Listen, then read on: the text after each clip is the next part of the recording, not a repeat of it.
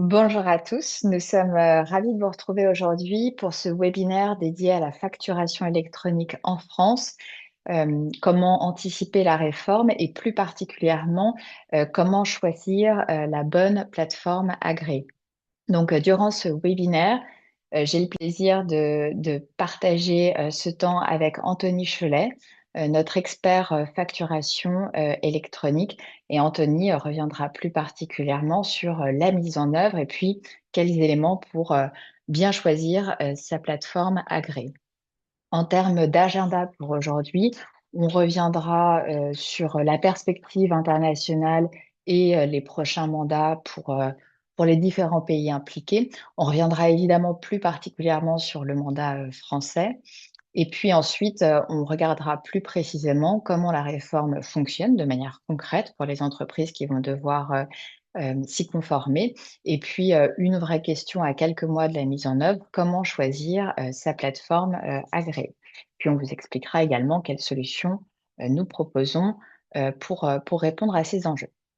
Donc, si on commence par les changements clés qui sont apportés par les mandats et les perspectives notamment à l'international, ce sur quoi on peut s'accorder, c'est que la facturation électronique n'est plus une initiative isolée. C'est devenu une priorité pour de nombreux gouvernements dans le monde et on a représenté en fait sur ce slide la feuille de route. Donc les pays en Europe avancent rapidement et on voit donc les mandats confirmés pour 2026 avec notamment la France, la Belgique, la Pologne avec le système KSEF, l'Espagne ou encore l'Allemagne. Il y a des mises en ligne à confirmer, donc c'est les pays qu'on vous a listés sur la droite, mais si on regarde même un peu plus largement, ce n'est pas qu'européen, d'autres régions dans le monde avancent sur ces initiatives et notamment les Émirats arabes unis, Oman ou encore Bahreïn. Et chacun d'entre eux va opérer avec un modèle qui va être légèrement différent et une temporalité évidemment différente. Donc, en termes de différence de système, c'est que certains vont s'appuyer sur des systèmes centralisés et d'autres vont s'appuyer sur des plateformes certifiées. Et finalement, pour les entreprises qui vont opérer à l'international, cela peut créer une complexité plus ou moins importante. Sur ce slide-ci, on a essayé de vous mettre en exergue la temporalité des mises en œuvre et on voit que l'accélération est très forte pour l'ensemble des pays en 2026 et en 2027 également. Et donc, pour les entreprises qui vont opérer dans ces différents pays, l'enjeu va être de pouvoir gérer plusieurs cadres réglementaires simultanément. Donc, c'est un exercice sur lequel il faut un petit peu d'expertise. Je suis certaine qu'Anthony reviendra là-dessus. Et d'un point de vue technique et technologique, ça va demander des plateformes qui soient capables de s'adapter sur chacun de ces différents modèles. Donc ça, c'était pour le spectre international. Si on s'intéresse maintenant à la partie française, la réforme de la facturation électronique n'est pas nouvelle. Depuis 2020, les entreprises qui facturent au secteur public utilisent déjà Chorus Pro. La réforme à venir pour 2026 va beaucoup plus loin. Elle a introduit déjà de nouvelles obligations. Donc tout d'abord, l'obligation de facturation électronique pour les opérations, les transactions B2B domestiques, et puis l'e-reporting pour certaines transactions, notamment B2C, les transactions internationales et certaines données de paiement. Un autre aspect qui est important de considérer, c'est que les entreprises vont également devoir transmettre les événements du cycle de vie des factures, donc que ce soit l'émission, la réception, le rejet ou encore le paiement.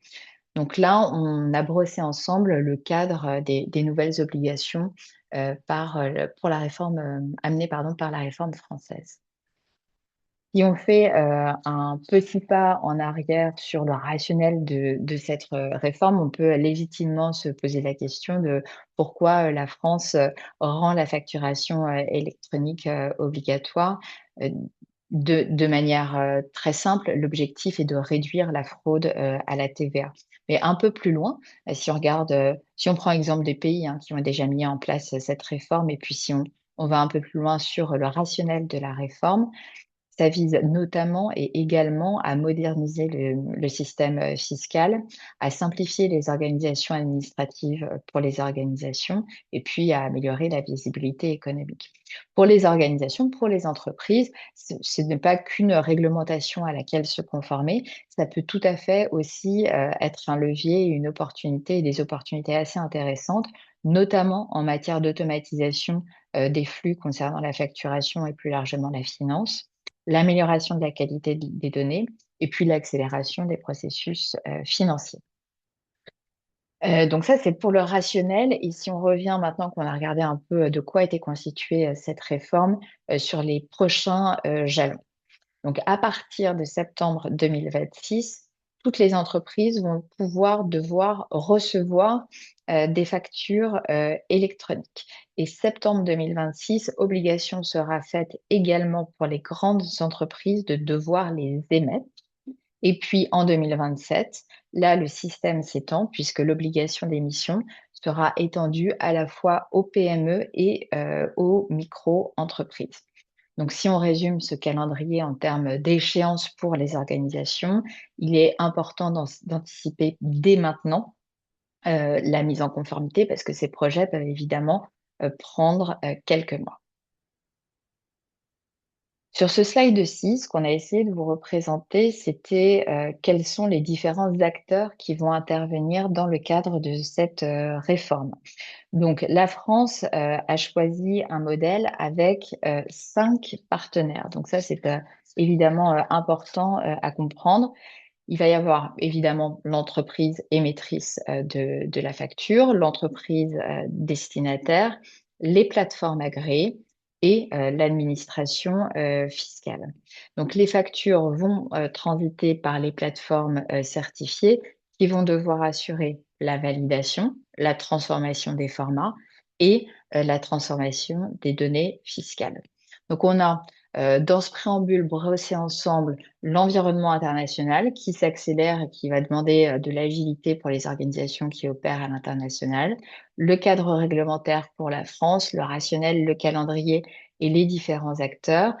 Partant de là, Anthony, est-ce que tu peux prendre la main pour nous expliquer plus précisément quels flux vont être impliqués dans le cadre de la réforme et puis ensuite, de manière concrète, comment choisir correctement, quels sont en tout cas les bons conseils pour bien choisir sa plateforme? Bien sûr, bonjour à tous. Merci Laetitia. Donc, Cholet Anthony, chef de projet sur la partie facturation électronique France chez Digital Technologies. Donc, en effet, sur la partie des différents flux, donc ceux qui sont à l'écran, nous avons en quatre grands piliers. Tout d'abord, le flux de factures, donc qui sont numérotés à chaque fois, comme vous pouvez le voir. Le flux numéro 1, le numéro 2 et le numéro 3. Donc, le flux numéro 1 va être le flux entre les plateformes et le portail public de facturation, donc le portail de l'autorité fiscale. Le flux 2 et le flux 3 vont être les flux entre émetteurs et récepteurs et leurs plateformes respectives.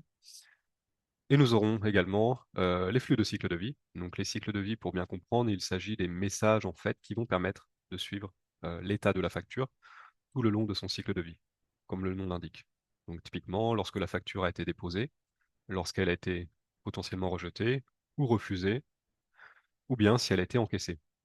Toujours sur ces cycles de vie, donc il y en a certains qui sont obligatoires, 4, et d'autres, donc une dizaine environ, qui sont facultatifs, selon la proposition de valeur de l'entreprise, plateforme agréée, ou bien selon les besoins également des émetteurs et receveurs des factures. Il y a également le flux d'e-reporting. Donc la partie e-reporting, en effet, il s'agit des transactions transfrontalières et B2C. Donc on sort du cadre B2B domestique.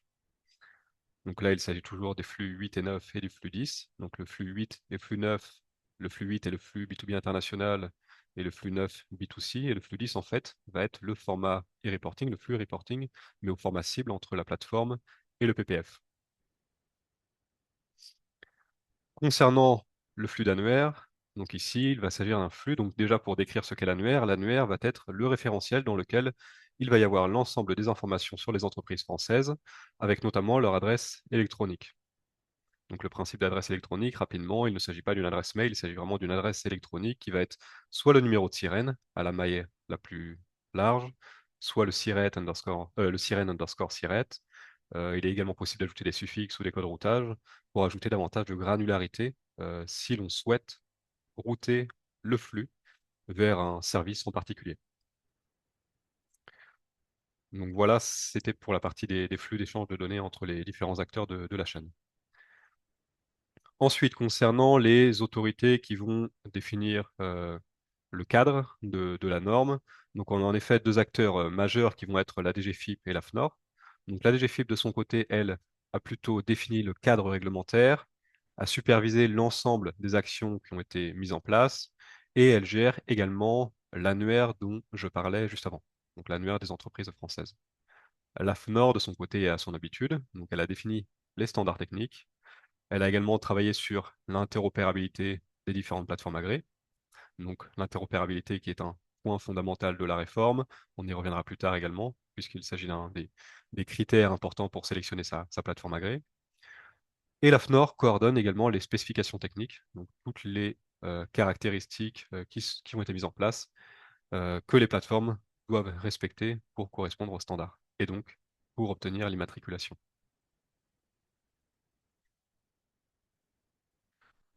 Concernant la partie API AFNOR. Donc, l'objectif de ces API, c'est en effet, comme je le disais, de respecter un certain standard et de pouvoir donc permettre la communication en temps réel entre les différents acteurs de la chaîne de valeur qui a été présentée. Donc, de pouvoir échanger les factures, échanger également des messages de cycle de vie, euh, échanger le flux du reporting et permettre l'accès à l'annuaire des entreprises. Donc, ça garantit l'interopérabilité entre les différentes plateformes et ça permet également à une entreprise qui fait appel et qui choisit une plateforme agréée de pouvoir, au bout d'un an, 2 ans ou X années, de changer de plateforme et de conserver ce standard et donc de faciliter le changement de partenaire, ce qui est un point très important pour éviter des actions de reconfiguration en partant de zéro et de créer de la dette technique, bien évidemment.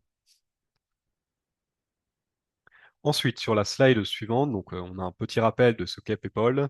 Donc PayPal, concrètement, c'est le réseau international qui va permettre un échange sécurisé de documents commerciaux.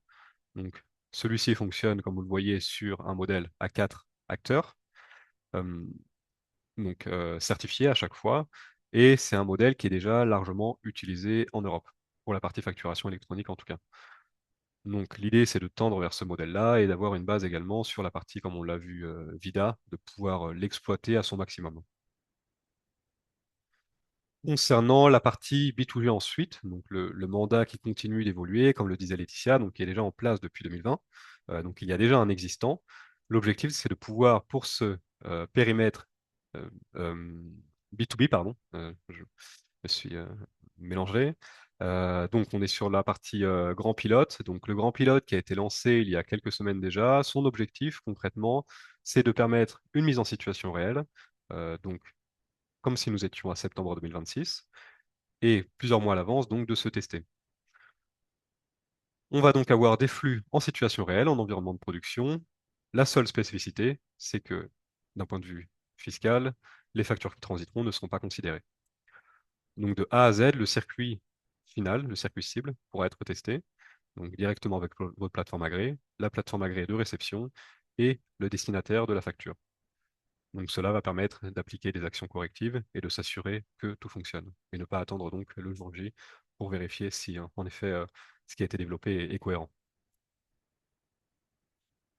Concernant le B2J, donc les prochaines étapes, donc comme je le disais juste avant, la facturation électronique B2J, elle est déjà obligatoire en France depuis janvier 2020. Donc tous les échanges qu'il y a avec le secteur public sont déjà concernés.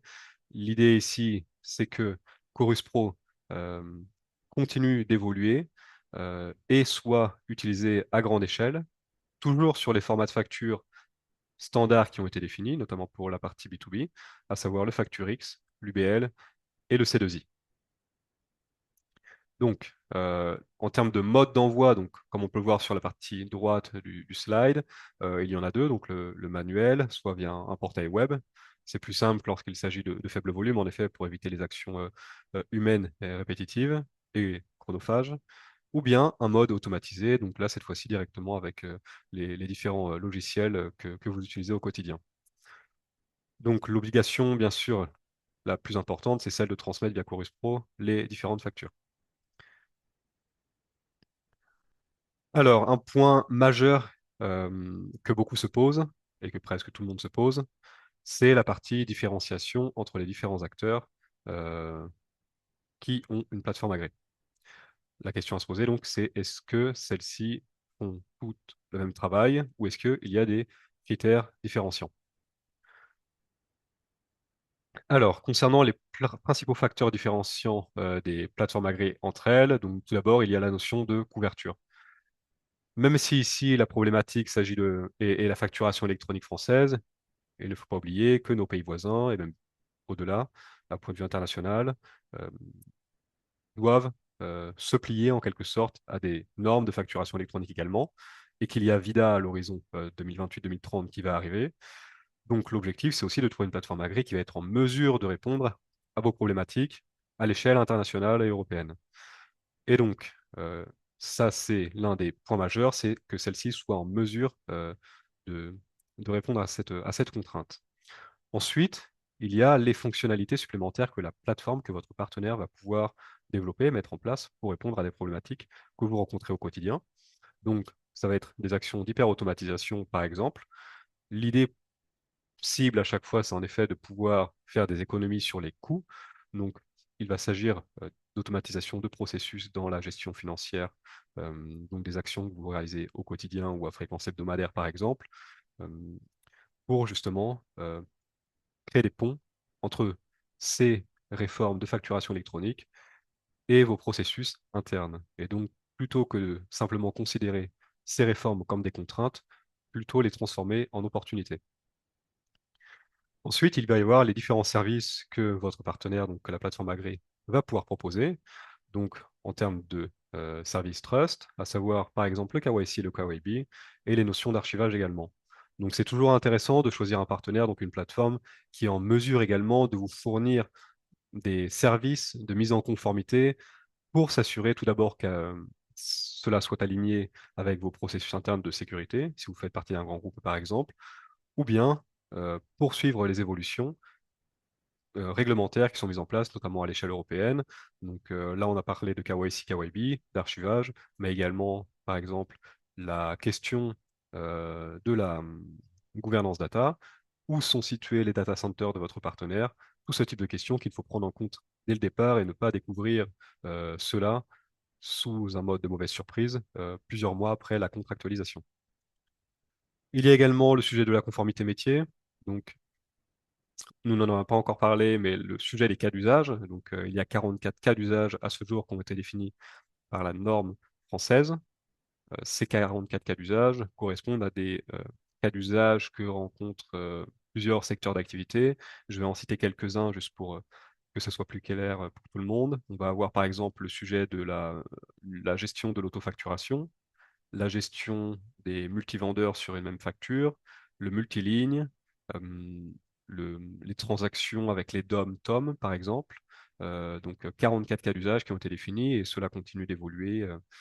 Tous les 2-3 mois, il y a des nouveaux cas d'usage qui apparaissent et c'est important de choisir donc une plateforme qui va être en mesure donc, de répondre à ces différents cas d'usage et également à chaque fois de s'aligner lorsqu'il y a des nouveaux cas d'usage qui apparaissent dans la norme.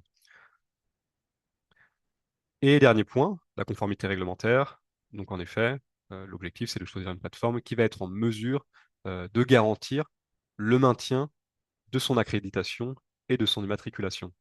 C'est un point important puisque les plateformes agréées vont devoir euh, répondre également à des audits, l'audit InfoCert, pour montrer et justifier, prouver qu'elles sont capables de répondre donc à plusieurs points de contrôle spécifiques pour montrer qu'elles sont toujours alignées en fait avec la partie conformité, donc tant sur l'archivage, les performances, les SLA et toute une panoplie de différents contrôles, de points de contrôle. Voilà pour les 5 grands points différenciants d'une plateforme agréée par rapport à une autre. Ensuite, donc, en effet, toutes les plateformes agréées n'offrent pas le même niveau de support. Donc, je le disais juste avant, mais certaines plateformes agréées ne vont pas couvrir certains cas d'usage.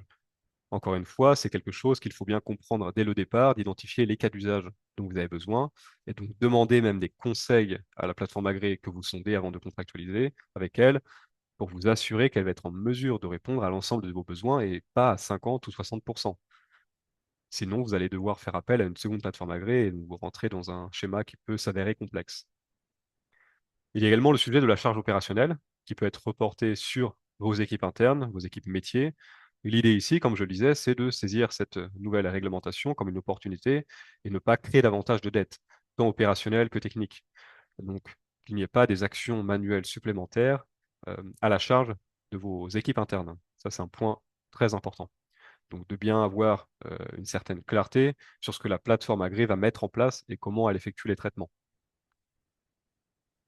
Et ensuite, le dernier point, c'est les traitements basiques, traitements techniques basiques qui vont être réalisés par certaines PA. Donc, euh, certaines vont en effet proposer dans leur offre de valeur uniquement des actions minimales pour répondre et s'aligner avec la norme, ce qui peut répondre à certains besoins, mais très rapidement, encore une fois, vous pouvez vous rendre compte que cela ne correspond pas à votre réalité. Et donc, ça peut se transformer en mauvaise surprise si chaque demande d'évolution s'avère être une tâche complexe, qui va nécessiter évidemment se transformer en coûts supplémentaires. Donc, comme vous le voyez sur la partie droite en bleu, ce qu'apporte une PA, donc une plateforme agréée en full service, donc 4 avantages majeurs, une couverture complète des scénarios, donc des cas d'usage, une automatisation pardon, end-to-end, un traitement technique avancé, donc sur les différents formats, etc. Donc une certaine polyvalence de la plateforme, et une conformité et préparation à la partie facturation électronique internationale. Et ça, c'est un avantage majeur. Ensuite, donc, sur la partie automatisation et services à valeur ajoutée. Donc là, vous voyez sous forme de frise chronologique en quelque sorte, la partie automatisation sur la partie supérieure.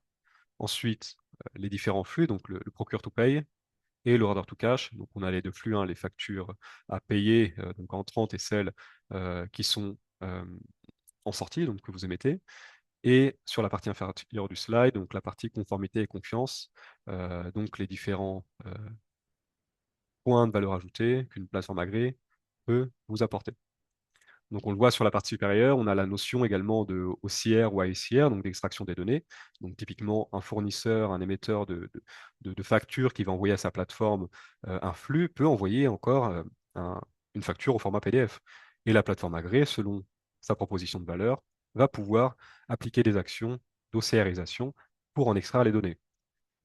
Et ensuite, cette plateforme agréée va transmettre au PPF et à la plateforme agréée de réception les factures, donc le flux, dans le format attendu par la norme, donc du C2I, de l'UBL ou du FactureX. Il y a également des notions de rapprochement entre par exemple, les commandes de votre ERP, les données de la facture, pour s'assurer que cela est bien aligné, qu'il n'y a pas d'écart en termes de numéro de commande, de prix et de quantité. Il y a une notion d'analytique et KPI, donc de suivi, de création de dashboard qui est possible. Donc ça, c'est une chose que nous proposons également. Euh, Ensuite, sur la partie conformité et confiance, donc comme je le disais juste avant, il y a cette mise en conformité à l'international, cette sorte de scalabilité, en fait, d'être en mesure de répondre à chaque fois aux exigences de chacun des pays, puisqu'elles ne sont pas toujours les mêmes, même si le principe général reste de pouvoir automatiser la transmission des flux de factures, il y a parfois certaines spécificités. On le voit d'ailleurs avec le cadre réglementaire de la France. Il y a les notions d'onboarding KYC, KYB dont j'ai parlé tout à l'heure, je ne vais pas revenir dessus. Les avantages de la signature électronique, qui est un point important également pour proposer une offre complète. Et l'archivage juridique international, donc là, qui est un archivage à valeur probante des factures.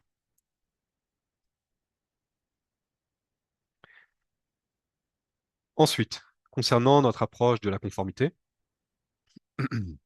donc, Si l'on veut schématiser concrètement comment cela se passe, donc tout d'abord sur la partie de gauche, donc on a toujours une logique de représentation chronologique du processus. Donc on a une phase d'onboarding pour intégrer les clients à notre plateforme. Donc concrètement, comment cela se passe? Il y a plusieurs possibilités, plusieurs scénarios selon les besoins. Nous sommes en mesure d'échanger directement avec vos ERP, de recevoir vos flux et de vous les transmettre selon différents canaux, pardon, et selon différents formats. Nous proposons également une plateforme web sur laquelle il est possible de suivre la création et l'avancement, le cycle de vie des factures, de les modifier également. Et donc, sur cette plateforme, euh, il va être possible comme je le disais, d'avoir une représentation visuelle des différents indicateurs d'avancement de vos différentes factures, d'avoir à un niveau mensuel, annuel ou même hebdomadaire les factures qui ont été traitées, rejetées, etc. Donc, on est en temps réel. Ensuite, donc, concrètement, si on rentre dans le vif du sujet, donc on va avoir tout d'abord une phase d'intégration et de mapping des données pour recréer, régénérer la facture, puisque pour rappel, la facture qui d'un point de vue légal a une valeur et celle que la plateforme agréée va régénérer et valider, puisqu'il y a en effet des contrôles en réception des flux qui sont réalisés par les différentes plateformes, des contrôles techniques, donc de doublons et autres, pour s'assurer que le flux est conforme. La plateforme va régénérer la facture avant de l'envoyer au PPF et à la plateforme agréée de réception. Donc, il va y avoir cette phase de contrôle-validation, de traduction de rendu, donc de création du format final et conforme, et l'envoi vers l'autorité fiscale. Donc, là, c'est pour la partie sortante, et sur la partie entrante, donc que l'on voit euh, en bas du slide. On a en effet en réception donc de la plateforme agréée de réception euh, de votre client, pardon, d'émission de votre client. Nous allons avoir le rôle de plateforme agréée de réception et on va recevoir le flux.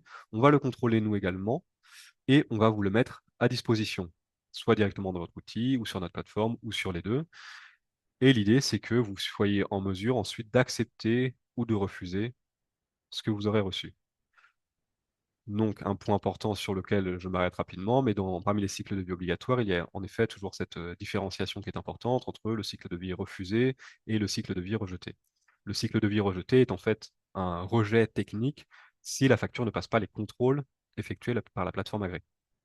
Le cycle de vie refusé, lui, va être plutôt un cycle de vie qui va être émis par le receveur de la facture, donc le client, qui va considérer qu'il y a un écart soit sur le montant, qui ne correspond pas à ce qu'il a dans ses outils, dans son ERP, ou un écart sur la quantité, ou autre.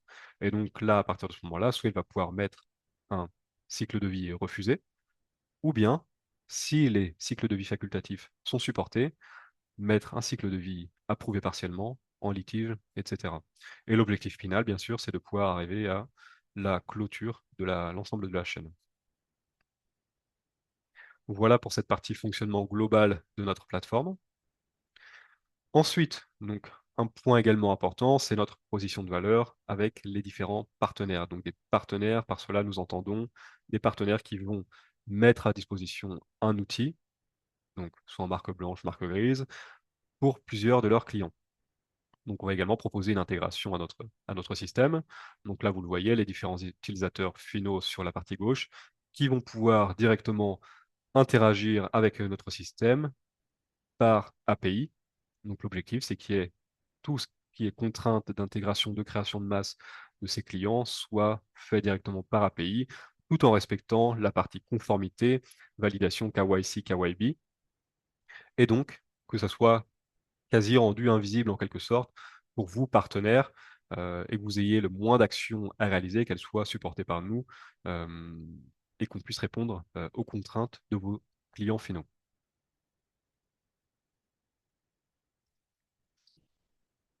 Merci Voilà pour cette beaucoup. partie partenaire. Merci, merci à vous. Merci beaucoup, Anthony. Et ça a été, je pense, très enrichissant, en tout cas instructif pour chacun d'entre nous de rentrer dans le cœur de ce que représente la plateforme pour les organisations et puis aussi d'avoir une grille de lecture pour la sélection des plateformes agréées pour la mise en conformité face à cette réglementation qui arrive très prochainement.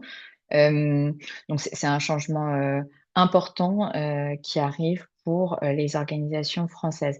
On va ouvrir la session aux questions-réponses, donc n'hésitez pas, pardon, à utiliser le chat qui est accessible pour cette session de questions-réponses.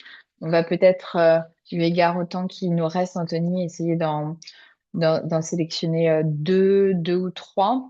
Euh, Peut-être la première qui peut être intéressante puisqu'on a échangé sur la méthodologie pour bien sélectionner sa plateforme agréée.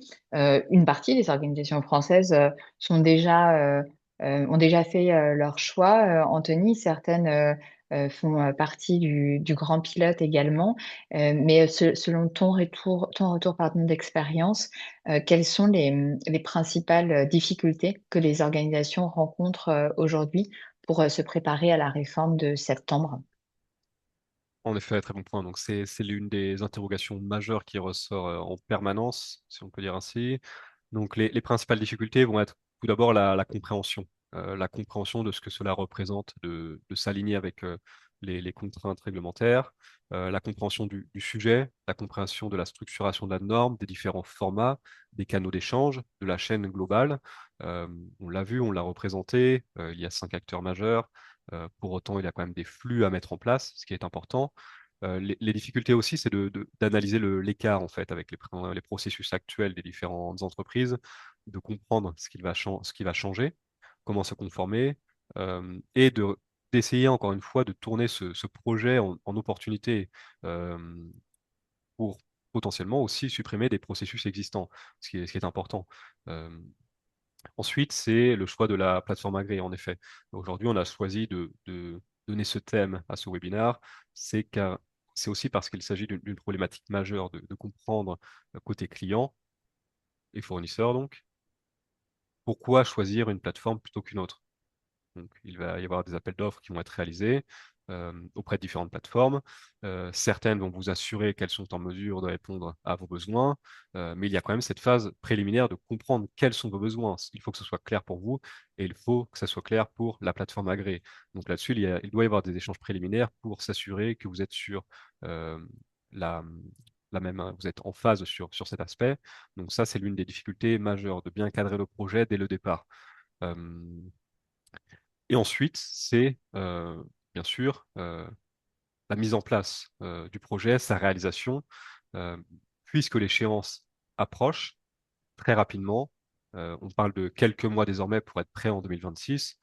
Et donc, c'est comment mettre en place ce projet, comment, en sachant qu'il s'agit principalement des équipes, des services financiers qui sont euh, impactés et qu'il y a des sujets de clôture comptable et autres qui sont à prendre en compte, c'est comment en fait on intègre ce nouveau projet qui est un projet à part entière, comment on le met en place et on libère des ressources, on les met à disposition pour travailler sur cet aspect. Donc nous, ce que l'on a choisi de faire, c'est de mettre à disposition des consultants pour accompagner et alléger la charge côté client dans la réalisation de ces projets.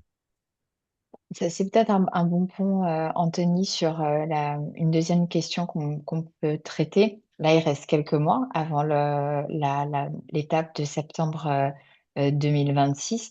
À quel moment conseilles-tu aux organisations de mettre en route quoi, leur projet de mise en conformité? Combien de temps il faut de manière très concrète? Alors, je ne vais pas communiquer une charge en jour homme aujourd'hui, je m'en excuse. En effet, la durée peut varier selon la taille de l'entreprise. Pour rappel, donc c'est septembre 2026, comme Laetitia l'a communiqué en début de session. Selon vos critères, votre taille d'entreprise, vous pouvez potentiellement émettre des factures en septembre 2027. Je dirais que le plus tôt est le mieux, évidemment, puisque l'échéance, si on parle de septembre 2026, concerne énormément d'entreprises. Pour autant, on a vu qu'il y a un peu plus d'une centaine de plateformes agréées, donc l'offre n'est pas infinie. Donc il faut aussi trouver un partenaire qui a des ressources disponibles, des connaissances et une organisation concrète qui va être en mesure de répondre à vos besoins et de s'engager à être prêt pour l'échéance et ne pas livrer quelque chose 3 mois plus tard. Ça, c'est un point important. Donc je dirais de commencer le plus tôt possible, évidemment. Il reste que quelques mois. Euh, Bien sûr, c'est des projets selon la complexité de votre organisation actuelle euh, qui peuvent tout de même être réalisés assez rapidement selon le format des flux que vous avez actuellement. Si vous avez déjà des flux qui sont au format standard, c'est un peu le scénario idéal, on va dire, puisque il n'y a pas de retraitement à faire côté plateforme agréée ou alors des actions minimes. Voilà, donc je dirais le plus tôt est le mieux, mais ça reste encore largement faisable, si je peux rassurer tout le monde. Non, c'est très intéressant Mhm. d'avoir ce retour d'expert.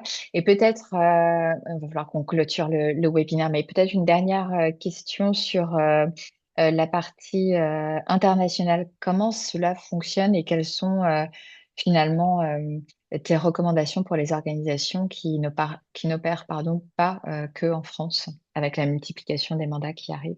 Bien sûr, hein. En effet, on l'a vu également en début de session, donc cette frise chronologique avec les différents pays, l'entrée de cette conformité, la mise en vigueur dans les différents pays. Là-dessus, je vais revenir sur le fait que c'est important d'avoir une plateforme qui est en mesure de répondre aux exigences dans les différents pays. Pourquoi? Parce que vous allez avoir des retours d'expérience directement de la part de cette plateforme sur comment cela s'est déroulé dans les autres pays. Bien sûr, elle a une expertise qui est non négligeable, puisqu'elle a rencontré des problématiques, elle a mis en place des solutions directement dans les autres pays. Elle assure une veille également dans ces différents pays. Euh, Forcément, à l'échelle européenne, on va arriver à un moment donné, notamment avec VIDA, avec des modèles qui vont se ressembler de plus en plus. C'est quand même un objectif commun. Donc, une plateforme qui a une expérience à l'échelle européenne, c'est pas négligeable du tout. Euh, donc, en comparaison avec une plateforme qui se lance euh, directement et uniquement sur le marché français, il y a un différentiel qui est un gap qui est quand même conséquent. Euh, Ensuite, je dirais que c'est aussi important de d'avoir une plateforme qui va être en mesure aussi de de vous partager, de vous conseiller si vous avez différents sièges et entités dans différents pays, puisque forcément vous allez avoir des processus communs. Vous allez pouvoir sonder directement les équipes internes des autres pays, savoir comment cela s'est passé, potentiellement mettre un chef de projet ou un référent qui lui a déjà la connaissance de ce projet, et donc vous accompagner et gagner énormément de temps et in fine donc faire des économies sur le projet de mise en conformité. C'est une bonne pratique, effectivement. Un grand merci, Anthony, pour Merci à vous. la Merci Laetitia. session d'aujourd'hui. Un grand merci à tous de nous avoir rejoints pour ce webinaire. Évidemment, on vous fait parvenir l'enregistrement. Anthony et moi-même restons à votre disposition pour poursuivre la conversation et traiter les questions auxquelles on aurait pu ne pas répondre aujourd'hui. Excellente journée à tous et à très bientôt. Au revoir. Merci, bonne journée, au revoir.